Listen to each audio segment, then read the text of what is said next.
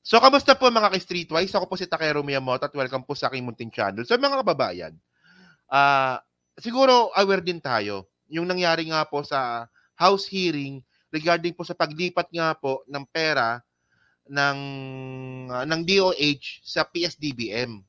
Ito nga po yung 47 billion ba 'yon? Tama ba?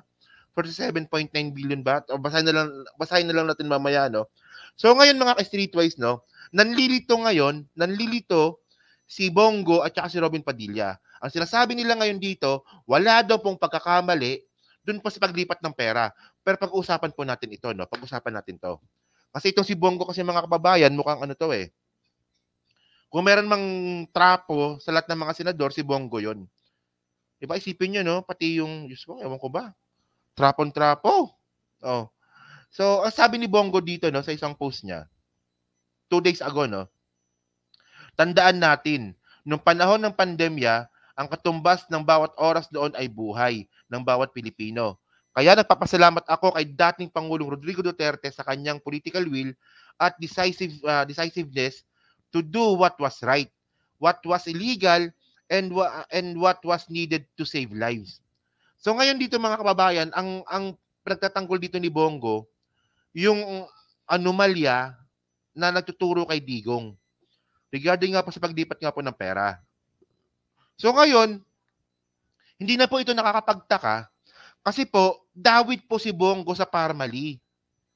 So kailangan niya talagang ipagtanggol ito. Di ba? O ituloy natin, papakita ko sa inyo mamaya, no? So sabi dito, no, tinutukan talaga ni dating Pangulong Duterte ang kapakanan ng mga ordinaryong Pilipino at ginawa niya ang dapat upang makapagligtas ng buhay. Mula sa mga pulisiyang kinakailangan ipatupad ang mabilis na aksyon ng mga ahensya hanggang sa mga ayuda na dapat matanggap ng bawat Pilipino nangangailangan ay kanyang ginawang prioridad. Okay. So ngayon mga kababayan kasi, ito no, ang problema kasi dito, alam na nga po natin na itong mga panahon na to, takot po ang mga Pilipino sa pandemic. Marami pong namamatay. Pero ang masakit kasi dito, ginamit po ni Digong, di ba? Especially din po ng mga kasabwat ni Digong, itong pandemic para makapangurakot ng pera. Ayun nga yung problema dito eh. Nagmamatayan na nga po yung mga Pilipino, ninanakawan nyo pa. Napakawalang konsensya ng matandang ito, no? So ito, no? So itong si Bongo ngayon, todo tanggol kay Digong kasi nga kasabwat. Oh, so sabi pa dito, I also thank my fellow legislators of the 18th Congress for heeding the call of our fellow Filipinos during those extraordinary times. That is why we passed the Republic Act 11469 or the Bayanihan to Heal as One Act. So ito mga kababayan, ito po yung isa po sa mga controversial po na pinasa po ng Senado. Marami pong, ito no, ang alam ko lang po talaga na tumutol dito sa Republic Act 11469, si Risa Hontiveros lang. Siya lang yung alam ko na hindi pumirma dito.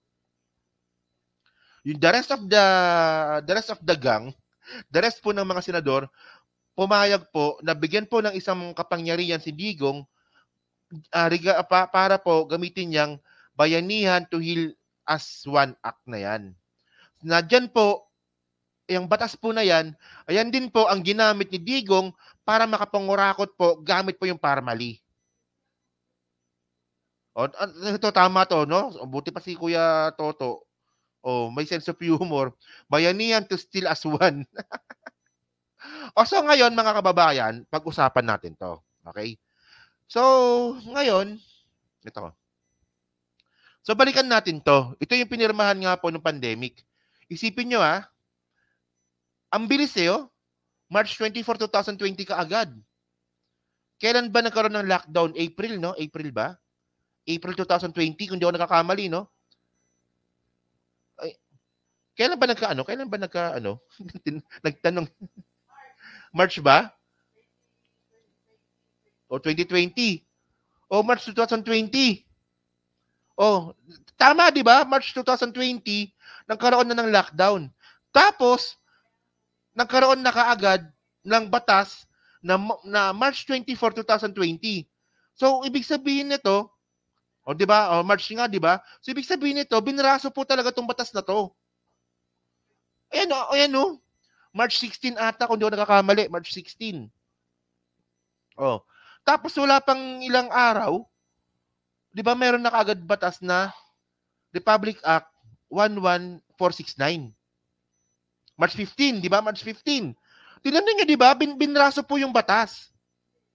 Tapos ngayon, nung binabasa ko to kanina, okay naman siya.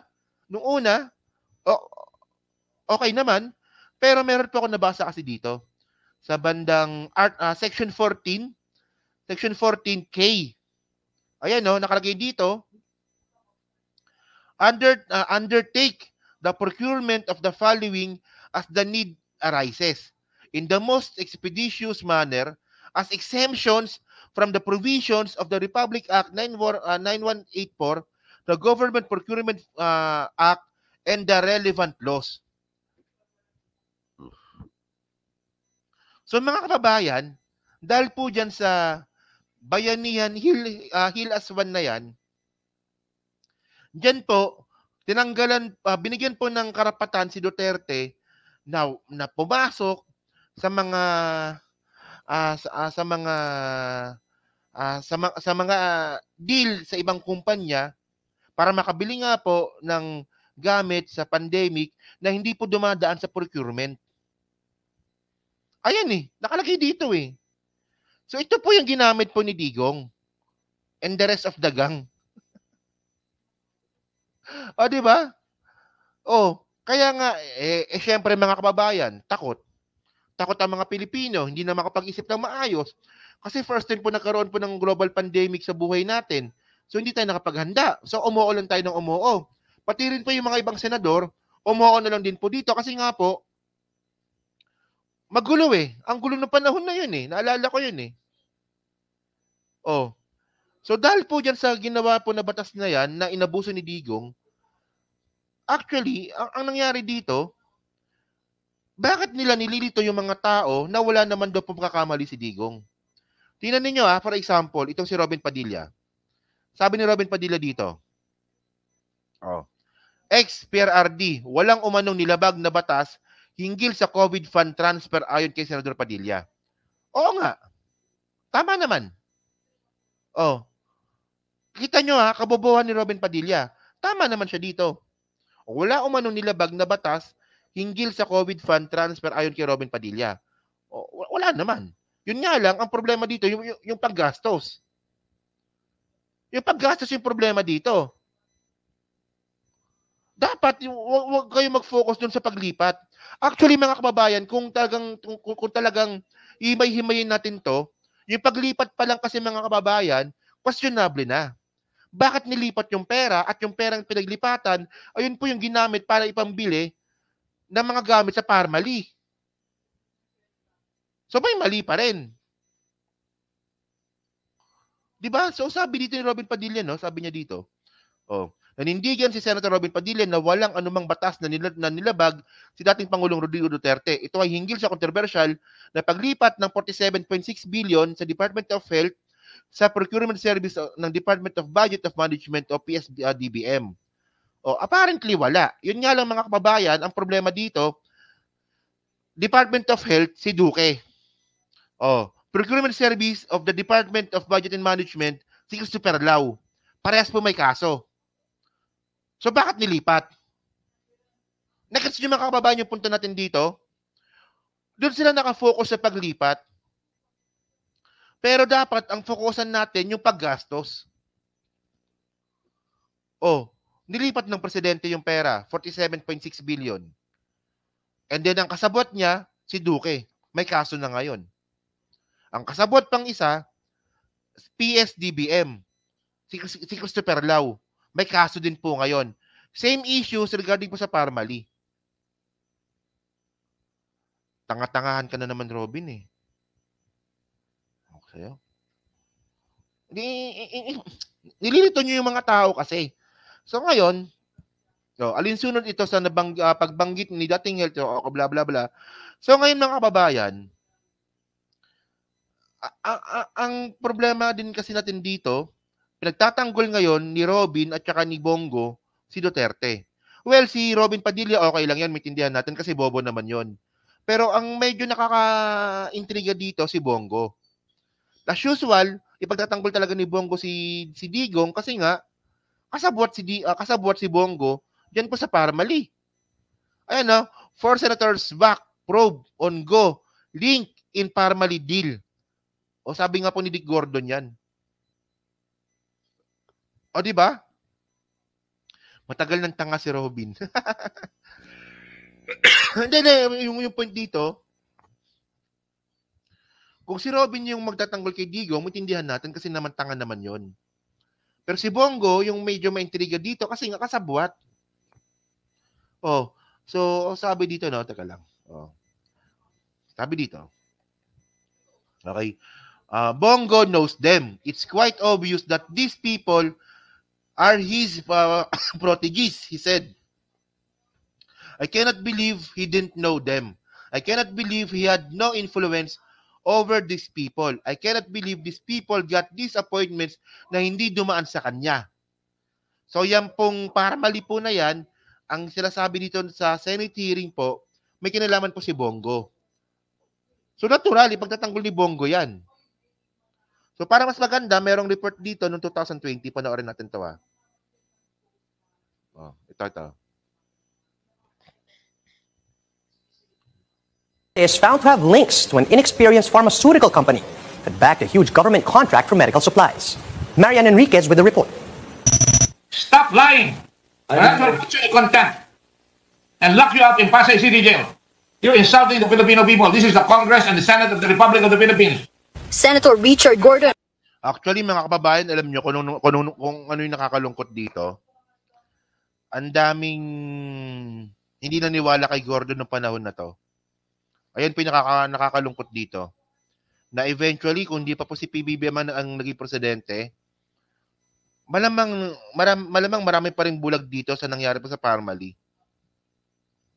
Sa totoo lang. Was obviously enraged at former Budget Undersecretary Lloyd Lau after he tried to evade questions on the 42 billion peso fund of the Health Department transferred to the DBM. The funds were allegedly used to buy overpriced medical items such as masks at 22 pesos a piece. Formerly pharmaceutical. Sipin nyo, no, face mask 22 pesos. Pagkatapos na paglipat nila sa ibang kumpanya, 15 pesos na lang. Tapos yan, magkano ngayon? 5 piso na lang ngayon. Well, di ba? Well, alam naman natin na pandemic yun. Pero kung may mabibilhan ka naman palang 15 pesos, bakit ka pa bumili ng 22 pesos sa Parmali? Di ba? Tama Takero, ginawang katatawan. O, totoo yan. Mermudons Gaming. Ayun nga yung nangyari niyan nung panahon na yan. Hindi sineryoso ng mga tao yung Parmali issue. Well, sana ito maging wake up call na sa atin to na, di ba, na kailangan natin maging mas mapagmatsyag lalo. Di ba, magaling si Digong eh. Si Digong magaling. Magaling mambola. Magaling na politiko. Pero walang niyang public servant. Sige, continue. Oh. Corporation, a newly incorporated company, supplied the products. It was able to bag contracts worth over 8 billion pesos, even without prior bidding records. It was also... Oh, ayan na. Oh, bumili sila ng gamit sa Parmali nang hindi po dumaan ng procurement. So ayan po yung pinirmahan nila sa Bayanihan Hill Aswan. Ang linaw, di ba? So kanina pinakita ko sa inyo kanina yung Bayanihan Hill Aswan. Meron din dong nakalagay na luluwagan ng presidente yung procurement kasi nga emergency. So ayan po yung ginamit ni Digong. Di ba? Hindi po dumaan sa procurement na maayos itong Parmali. So, isipin nyo mga kababayan, di ba? Naging kasangkapan din pala dito yung mga senador na pumirma, di ba? Diyan po sa Bayanihan Hill Aswan. Sabi nga po ni Sir Dodo, Sir Toto, Bayanihan Still Aswan. O, di ba? revealed that the residential addresses of its officers were bogus. Senator Franklin Drilon suspects that Pharmally is being favored by Lao. Mayroon bang O, di ba? Favored by Lao. So, may problema talaga sa procurement. MBA itong si Undersecretary Lau? MBA, hindi po TED, hindi yan Masters in Business Administration. MBA, may backer ba ako? At bakit po ganun kalakas ang Pharmally? But Lao said they sent letters to special envoys asking for suppliers of medical items until they were able to have a meeting with Pharmally together with the Chinese embassy. Gordon then presented a footage from a 2017 meeting of Duterte with a pharmacy. So, ito, no? So, ito na. So, ngayon, bago magka-pandemic, nagkaroon pa pala ng meeting. Di ba?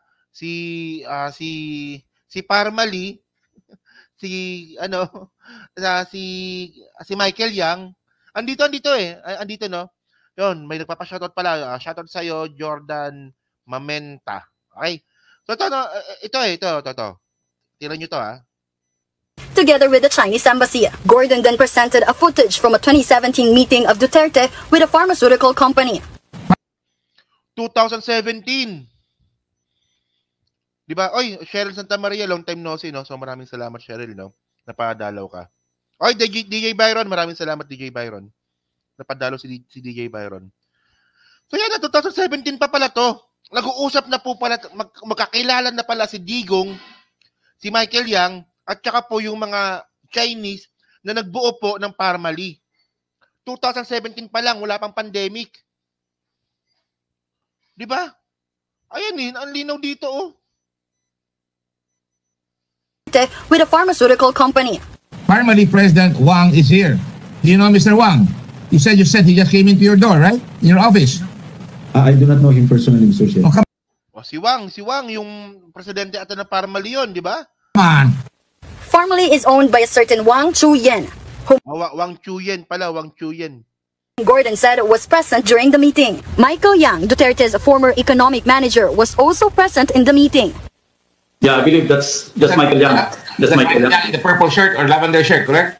For Gordon, Yang and Lao's link to the president might explain why neophyte company Pharmally bagged the 8 billion peso contract.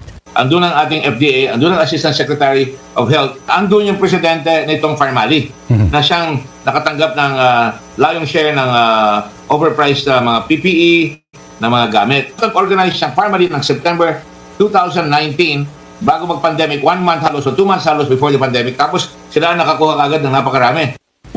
O, di ba? Ayun mga kababayan, no? So, ang sinasabi ko lang dito, may anomalya talaga sa Pharmally. So, ngayon, yung narrative ngayon dito ni Robin Padilla na walang nilabag na bata si Digong dyan sa paglipat po ng pera. So, apparently, may tama naman siya dito. Pero, dito po nagsimula ang lahat. Diyan po nagsimula ang lahat kung bakit po nagkaroon po ng anomalya at nangungurakot sa Pharmally. Sa paglipat po ng pera ni Digong sa PSDBM. At yan din po ang ginamit na pera para ipambili po ng gamit sa Pharmally. Robin naman, nagtanga-tangahan ka na naman eh. Ang tanga-tanga mo talaga eh. Hindi nga, di ba? So, tulad nga na sinabi ko kanina, kung si Robin Padilla, pinagtanggol si Digong, okay lang yan. Kasi naman, tanga naman talaga yan. Pero kapag si Bongo naman, yung nagtanggol sa kanya, maintindihan na natin kasi naman, kasabwat siya. Kasabwat siya. Hindi, actually ito na, nakalimutan ko lang pakita sa inyo ulit, no? It's found to have links. Yung video dito, nandiyan si Bongo eh. Sana ba yun? Nandiyan si Bongo eh. Kaya lang ha, panoorin ulit natin ha. Chinese embassy. Gordon then presented a footage from a Po ganun kalakas. asking for suppliers of medical items until they were able to have a meeting with Pharmally together with the Chinese embassy. Gordon then presented a footage from a 2017 meeting of Duterte with a pharmaceutical company. Pharmally President Wang is here. Ayun oh. Ay si Bongo oh. 'Di ba kasama siya sa meeting oh? O si Duterte, si Bongo na sa likod, yung nakakulay puti. Oh. Si Bongo 'yun, 'di ba? Do you know Mr. Wang? You said you Ayun oh. O kitang-kita si Bongo oh. Oh. So natural lang mga kababayan na ipagtatanggol ito ni Bongo si Digong. Kasi nga kasabwat siya dito. Oh. Iboboto niyo pa si Bongo? Diyos ko. Ayan na, yan. So ngayon mga kababayan, di ba? Oo nga, andyan. Nandiyan si Bongo Wala pang pandemic, hindi pa buo yung Parmali, magkakaibigan na kayo. Pagkatapos kung kailan nga nagmamatayan yung mga Pilipino, kung kailan takot ang mga Pilipino, sa kanya binuo yung Parmali, and then hindi na dumaan sa procurement law gamit po yung Bayanihan Hill Aswan, and then napagbigyan po yung Parmali para makakuha nga po ng kontrata. So ibig sabihin, wala pang pandemic, magkakakilala na kayo. Di ba? So yun mga kababayan, so dyan po sa 919 po na nanonood, so hindi pa po nakakapag-like, palik na lang po ng video po na to, dyan po sa Team Replays, ano mga sabi nyo nga po dito, sa pagtanggol nga po ni Bongo, nakasabwat, at saka ni Robin Padilla na tanga, dito nga po kay Digong. So pa-comment lang po sa baba at binabasa ko pong lahat yan. So maraming salamat sa inyong lahat. Kita na lang ulit tayo bukas.